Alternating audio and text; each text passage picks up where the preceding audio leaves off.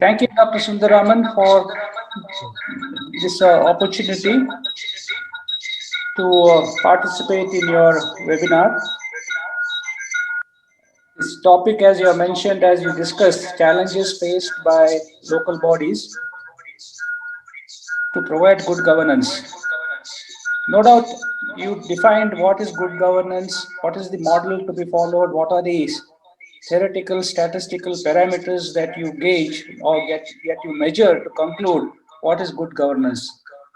But as you know, the good governance depends on the grassroots functioning of various departments attached to the local bodies. They are the ones which give the input. They are the ones which deliver the goods to the common man. They are the ones who receive funds from the state and central government and then deliver it to the beneficiaries as per the guidelines.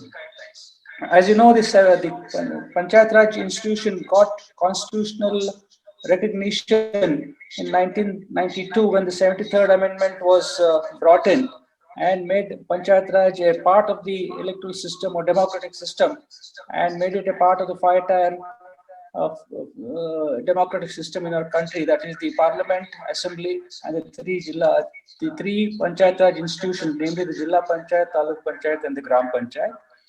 And it made elections mandatory to the Panchayat, to the local bodies, the three-tier system, and enabled the state governments to arrive at a three-tier Panchayat Raj institution, namely the Gram Panchayat, Taluk Panchayat, and the Jilla Panchayat, and gradually move towards self-governance and fulfill the dream of Mahatma Gandhi by reaching what is known as the Gram Swaraj. That was the concept he had in mind.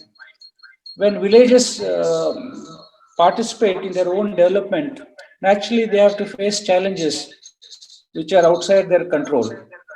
For example, the recent pandemic, COVID-19, has imposed severe constraints, socio-economic constraints on these local bodies and has forced them to make a paradigm shift in the thinking and meet these challenges. And now these challenges cannot be met only by the elected bodies. It has to be met along with the departments that are attached to the elected bodies, because elected bodies by themselves cannot function unless the departments that are attached to them also are in line, also come up to the requirement, and also upgrade themselves. That's most important. When we talk about good governance, we have to go by practically what is happening at the grassroots level and how the schemes, funds, and all the programs are delivered to the common man so that the quality of life improves. In the context of local government, what is meant by good governance? Good governance means all the funds that have come, all the schemes that have been announced by the state and the center, and all other requirements that are there are delivered to the common man, starting from the Gram Sabha. So therefore, we have to always keep in mind when you talk about good governance, what are the constituents, what are the inputs that are required, what are the departments that are required that are contributing to arrive at this good governance. Only then can you do a measurement, can you do a statistical measurement and analysis, as Dr. Sundaraman mentioned in his opening remarks, which are the states performing well and which are the states not performing well. But that performance has to be based on the grassroots delivery of the system that we have, of the mechanism that we have, and the arrangement that we have. Therefore, with this background, I like to enlighten a few departments that are directly associated with the Panchayat Raj institutions, namely the Gram Panchayat, Taluk Panchayat, and the Jilla Panchayat. Now, let's take, for example, Anganwadi. Anganwadi, there are about 12 Anganwadis per Gram Panchayat, catering to the children below the age of 6, and they deliver all the nutrition programs, other programs prescribed by the state government to these children so that they are healthy and they are better prepared to enter school. Now, when you talk about good governance, when you talk about improvement, Anganwadi should graduate Because as you know, Anganwadi is nothing like is but a play school in the urban areas. Like in cities, how we have play school, neither they have Anganwadis in the rural areas. These Anganwadis have to graduate to become lower KG and upper KG. An upper KG capability must be developed in these Gram Panchayats so that the children are developed and educated and trained to enter the primary school in their respective Gram Panchayats. That is the lower primary school. Now, for example, when you come to the lower primary school, there are about 4 lower primary schools per Gram Panchayat which handle about 400 students. Now, this, if you take this ratio, it is about 100 students per class. Now, this is a very large number. We have to bring this down to say about 35 children per class. Then when you can say we have got good governance in place to educate the children and prepare them for primary education. So the first major task in front of the local bodies today, especially after the COVID-19, is to increase the number of classrooms. So government has a big challenge, big opportunity. There are 1 million schools in the country, in the rural areas. Suppose they build 3 classrooms per school, you have 3 million classrooms. Now, for the economy to recover after the post-pandemic, after the post-COVID-19, we have the government expenditure, especially on capital expenditure, has to be very large to kickstart the economy, and this is a very good opportunity to be considered. Then we come to the primary health centers. There are about one primary health today presently in Karnataka, for example. There is one primary health center catering to 2 to 3 Gram Panchayats. Now, immediately the step, based on the experience we have in this pandemic, upgrade these the primary health centers to become diagnostic health centers. In fact, some of you must have read in the papers today, the government of Karnataka wants to have a 10 to 20 bed hospital at the PHC level, which means it calls for another major investment in the infrastructure so that the PHCs are upgraded, graduated, and become diagnostic centers to provide immediate relief to the villages when such an epidemic or pandemic strikes them. Another important factor is in the district or the taluk level, all the industries which use oxygen must keep oxygen cylinders readily available to be supplied to the PHCs so that the requirement of the patient, if the patient certainly wants it, it is available. Today we have, due to non-availability of oxygen cylinders, lot of people have suffered and died. Now, all this is part of good governance. When you say good governance, you must be able to deliver promptly whatever is the need of the hour on the different heads, on the different requirements, whether it is health, education, food, etc. Now, the first round of COVID battle was won by the doctors and nurses. Today, they're all exhausted, tired. So there's an immediate need to recruit young medical specialists at the local body level, at the panchayat level. Next, we have the primary schools. The standing of any country today is in the present modern technological-driven competitive world is not measured in terms of GDP or per capita income, but is gauged by the proficiency level of the primary school students in 2 crucial subjects, namely English and mathematics. After 34 years, the National Education Policy has been announced, which has integrated children from the age group of 3 to 6 as part of the education scheme. That's why, as I mentioned earlier, Anganwadi is correctly positioned to step into this window and perform the required task to prepare these children in the age group of 3 to 6 to enter primary school. Another important factor when you talk about good governance is the accountability of teachers. Today, our educational system, especially in the rural areas, is suffering because we don't hold the teachers accountable. Therefore, the standard of education is very, very poor in the rural areas. The practical problem is teachers don't know how to teach. Forget English, they can't teach in any language. Recently, a survey was conducted in 2012 where 91% out of the 7,30,000 teachers that were tested for basic eligibility test failed. They could not pass the test. So this is not an issue of policy. It is a matter of governance. Because we are not able to govern at the Gram Panchayat level, at the rural level, this sort of a situation arises. As a result, what is happening? Close to 47.5% of children are in private schools, making it the third largest schooling system in the world. So when you say we have a good governance in place, but this ratio has to come down drastically. We need more students in the government schools, not in private schools. Therefore, the local body elected representatives, the concerned people have to pay attention to such areas to improve their overall performance of governance and say we are educating our children better, we are performing better. So one of the main objectives is, when you talk about good governance as far as education is concerned at the primary level, is to bring down this exodus of children from public government schools to private schools. Next, we come to midday meal. This is a program which has been going on for the last almost 20 years.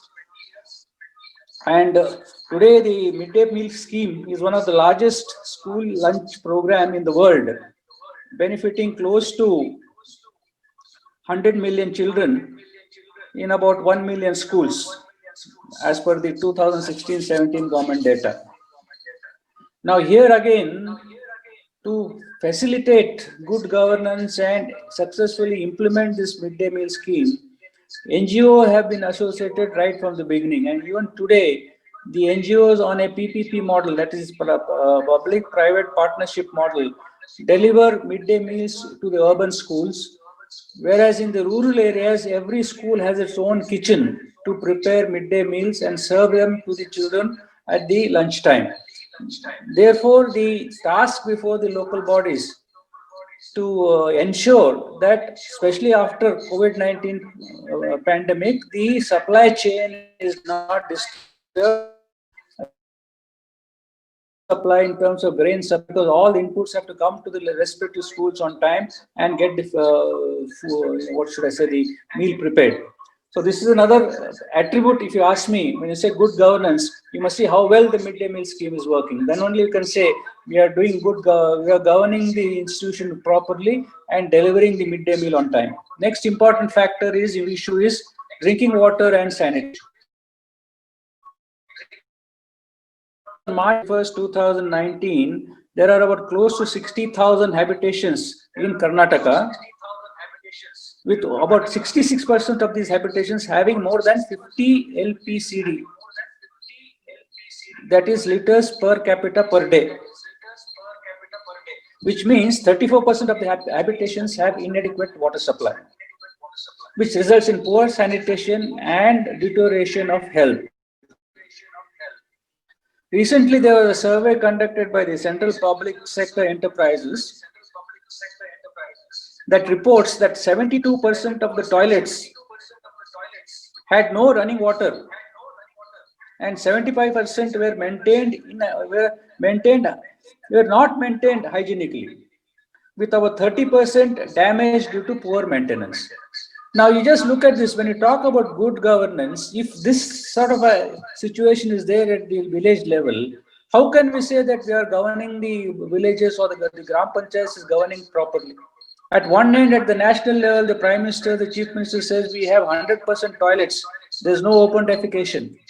You may have constructed 100% toilets, but if the facilities are not available, if the water is not available, if it is not hygienically maintained, if the infrastructure, you have a broken tap or broken door and all that, it's not functional. So this is strictly, directly comes under the purview of good governance. When you say good governance, you got to have all the toilets that are in your village functioning smoothly, correctly, and hygienically.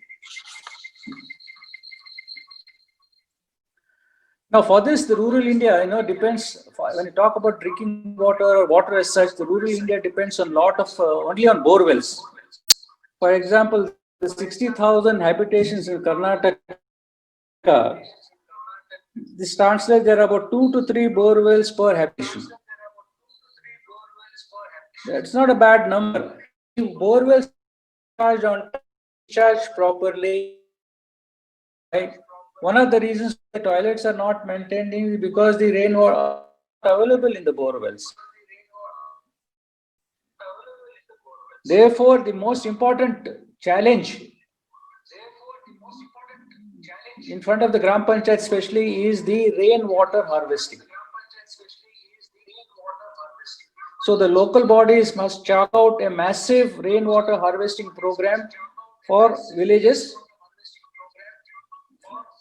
so that you don't run out of water and you're making the best use of water, because you don't have an alternative. You have to depend on rainwater. Next challenge in front of us is the public distribution system for food grain.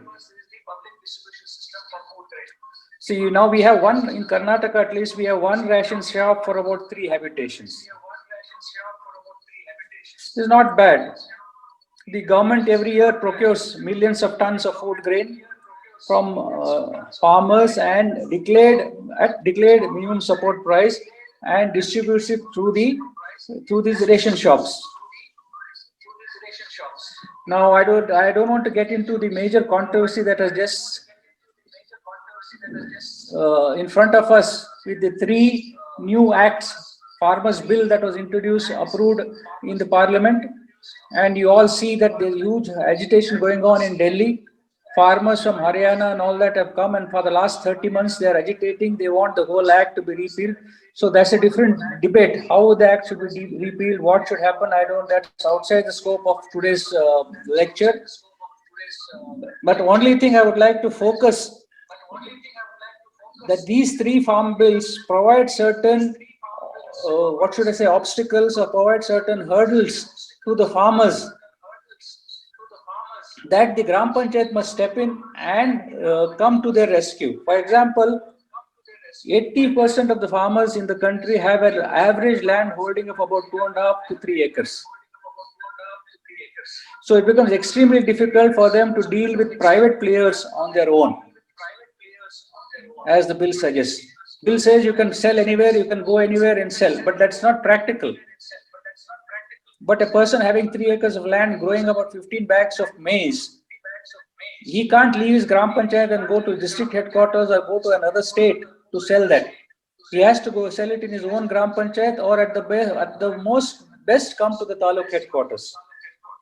So the government procurement of these food grains will now indirectly get controlled by the private players, and this is it could become a very dangerous situation, because food supply, food security should be ensured primarily by the government and not with the help and assistance or control of the private players, because we are opening up a Pandora's box. One of the bills also said edible oil, onion, potatoes, along with cereals, pulses, oil seeds are all taken out of the Essential Commodities Act, and now anybody can store them for any number of days. So with this, you are inviting traders, middle people, outsiders to store things like commodities like onion, potato for years, for months, and monitor and control the prices of these commodities. As you know, governments have fallen because of onion price. So now we are playing into the hands of private players. So where does the good governance come in when such a thing happens?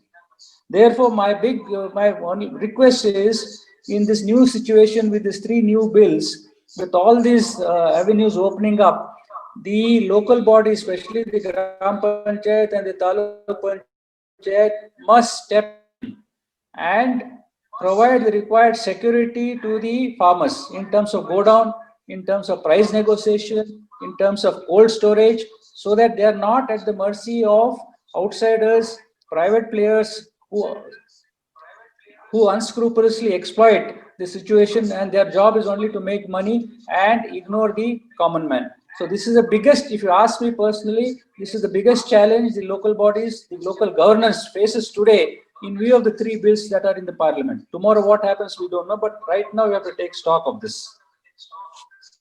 So there's a huge window for the local governments, especially at the Gram Panchayat level, to position themselves and support the farmers.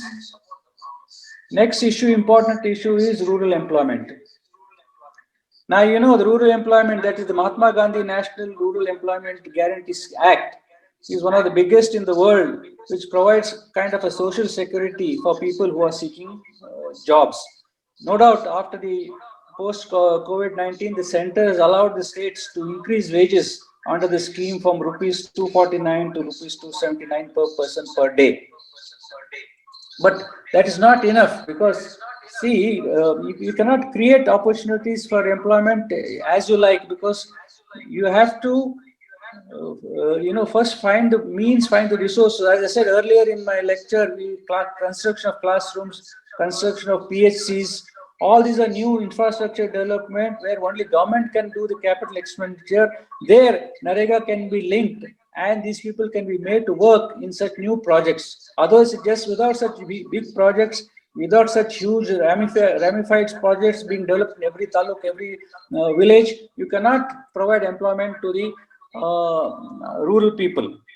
There's one more issue which we all have noticed and nobody has paid attention, is the migrant labor.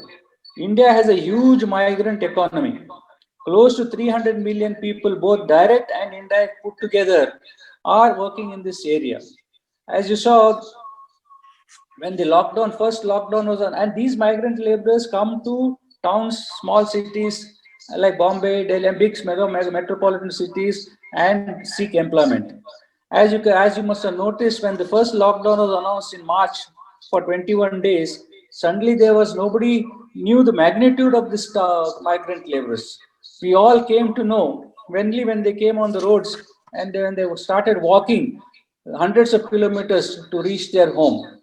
Now, this is a huge opportunity. In fact, if you ask me personally, the government lost a golden opportunity to come to terms with migrant workers who are in the organized sector. Simple thing they could have done is, before, at the time of announcing the lockdown, they could have just said, for next 3 months, we'll give you salary, we'll provide you ration, we'll provide you housing security, pay your house rent, and make necessary transport arrangement to go to your respective villages. So if they had announced that, there wouldn't have been any panic. And if you had told them that please collect your coupon or whatever it is to you with your coming to the local district office or the Tashidar's office, you would have got a feel of the number of migrant laborers in each city and where they want to go and how they have gone. And we would not have made them walk for hundreds of kilometers. Anyway, that opportunity is lost, but nevertheless, this is a serious issue. And now we want these migrant laborers to come back because the lockdown is lifted, factories are starting, people are not available to start the production. So this sort of a mismatch, imbalance is there, and it will continue for some more time. There's one more important issue when you talk about rural employment, is social forestry. Nobody is paying attention to this. As part of good governance, our job is to provide employment, create employment, provide economic stability and sustainability. As Dr. Sundararaman mentioned in the beginning, you can provide sustainability only when you have investment, when you have opportunities, economic and otherwise. So social forestry is one big area which has to be addressed when you talk about good governance. Energy plantation is one important area which nobody is talking about. We talk about sugar cane, like that we have energy cane also, which can be planted.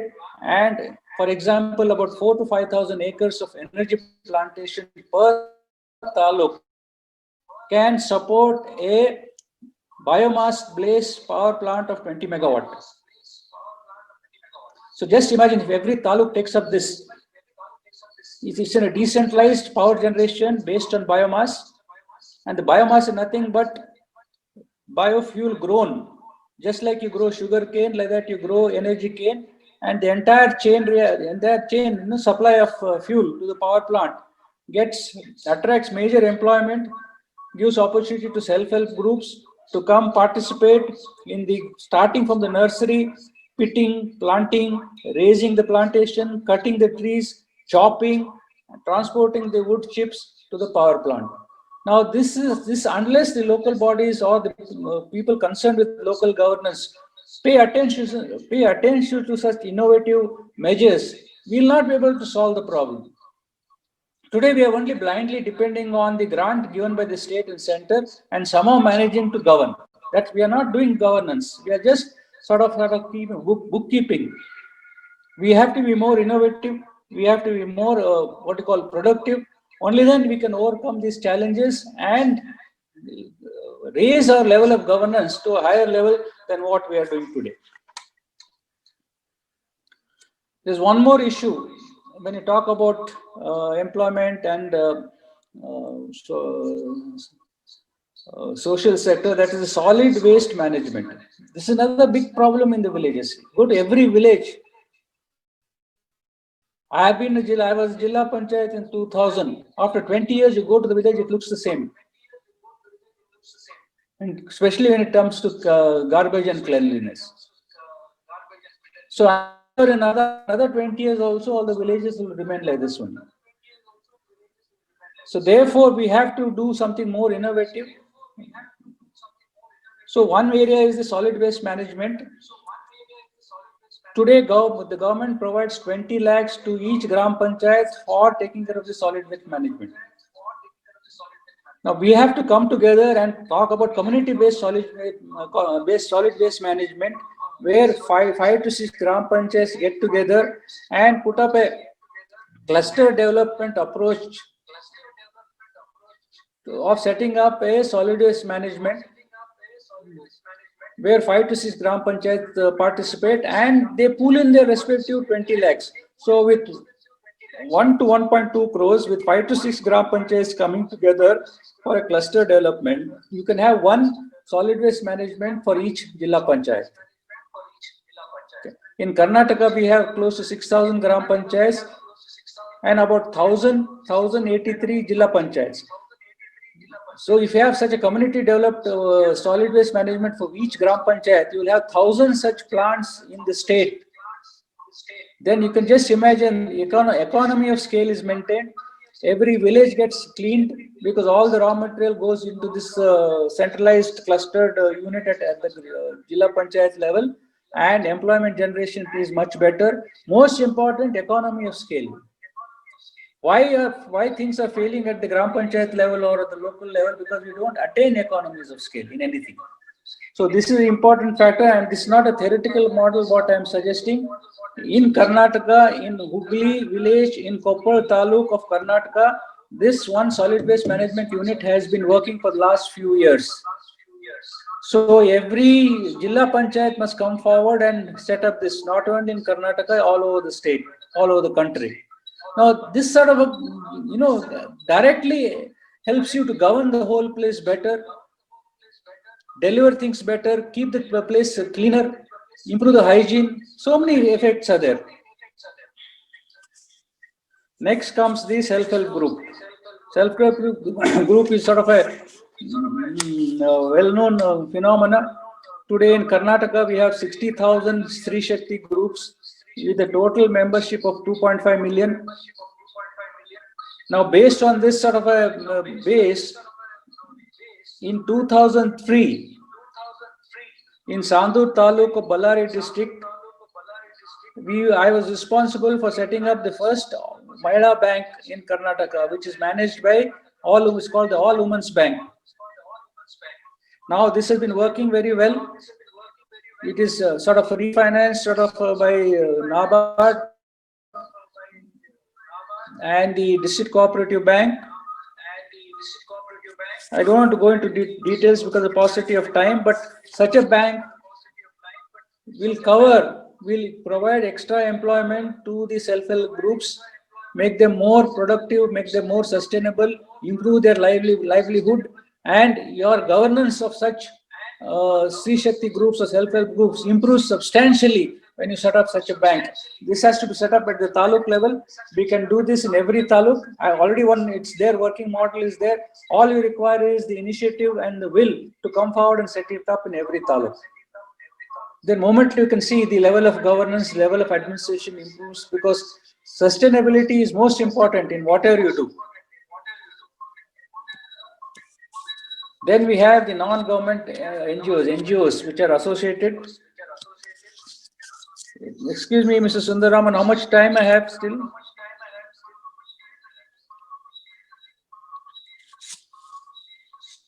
Hello? Sir, Unmute. 10 minutes. 10 minutes is enough or 15 minutes? No, enough. 10 minutes should be enough. Yes, sir. Okay. Okay, sir. You can proceed, sir. Okay. Next, we have the non-government organizations which are associated with the local government, providing them the required managerial input, improve their governance. Today, we have 3 million NGOs, which is almost more than double the total primary schools in India. But they are basically engaged in education. Now, this concept has to be extended, if you ask me, for drinking water and infrastructure.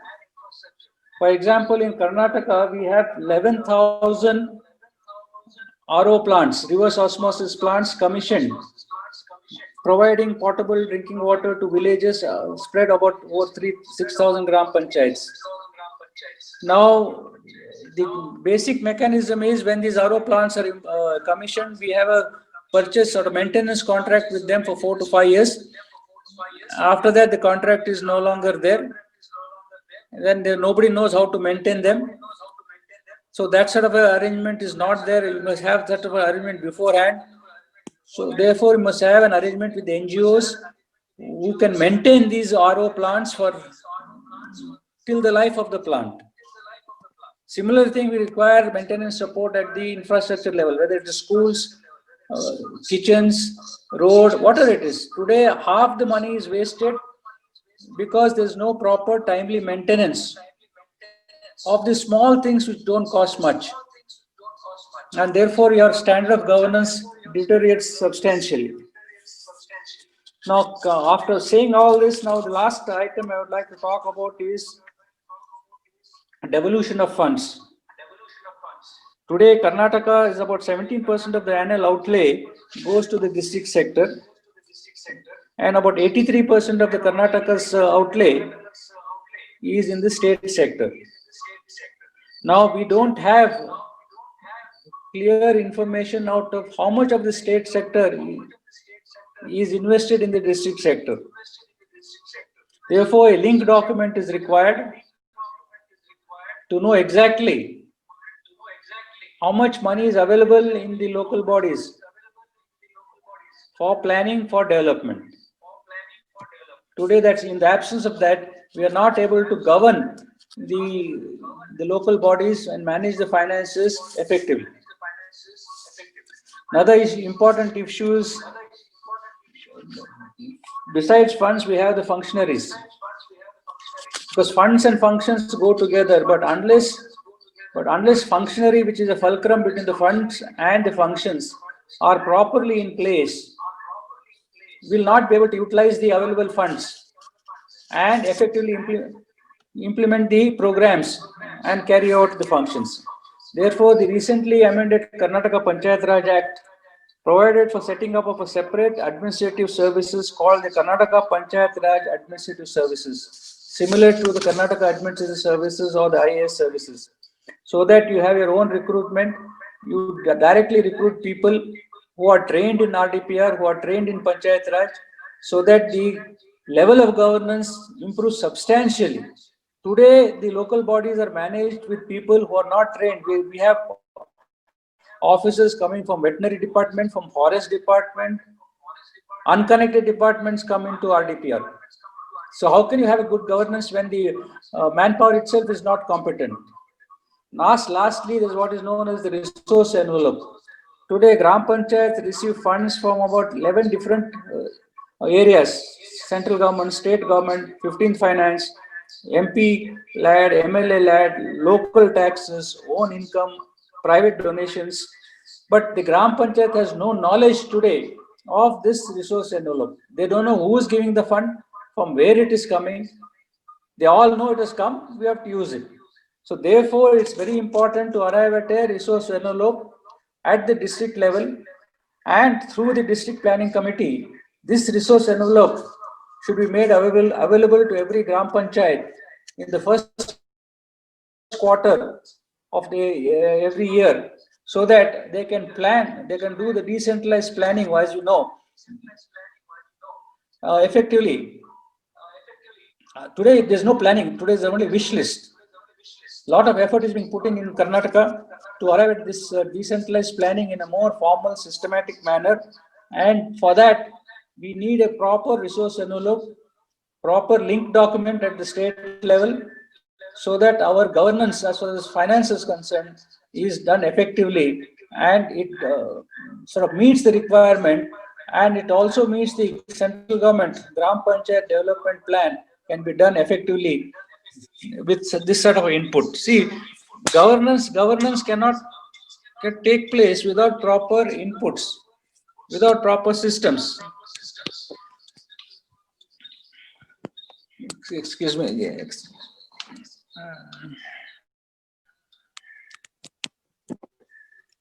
Yeah. Sorry. Lastly, all this is done. When you say we have good governance, we have when you say good governance means, if you ask me, you have managed your funds properly, you have identified the beneficiaries correctly, and you have delivered the funds and the schemes and programs on time,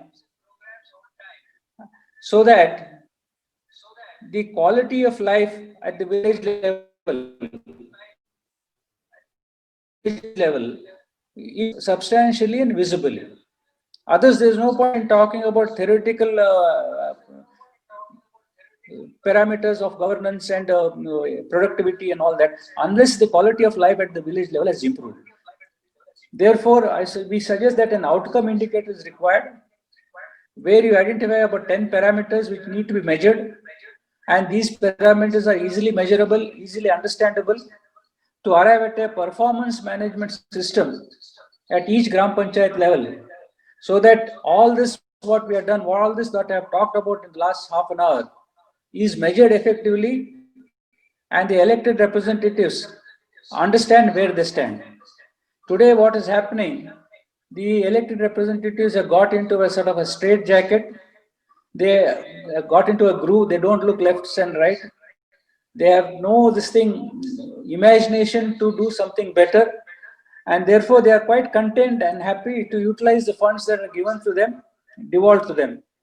Therefore, now is the time, especially after COVID-19, to pay attention to some of the suggestions that I have made. And these suggestions are not theoretical suggestions, they are practical on the field.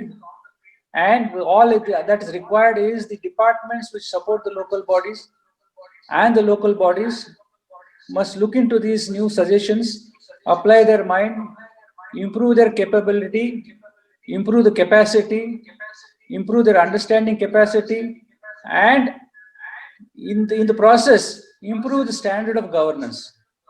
Only then we can say we have justified and we have done good, what should I say, good service. We are rendered good service to the people. Anyway, that's all I have to say. Thank you, Dr. Sundaraman, for the opportunity.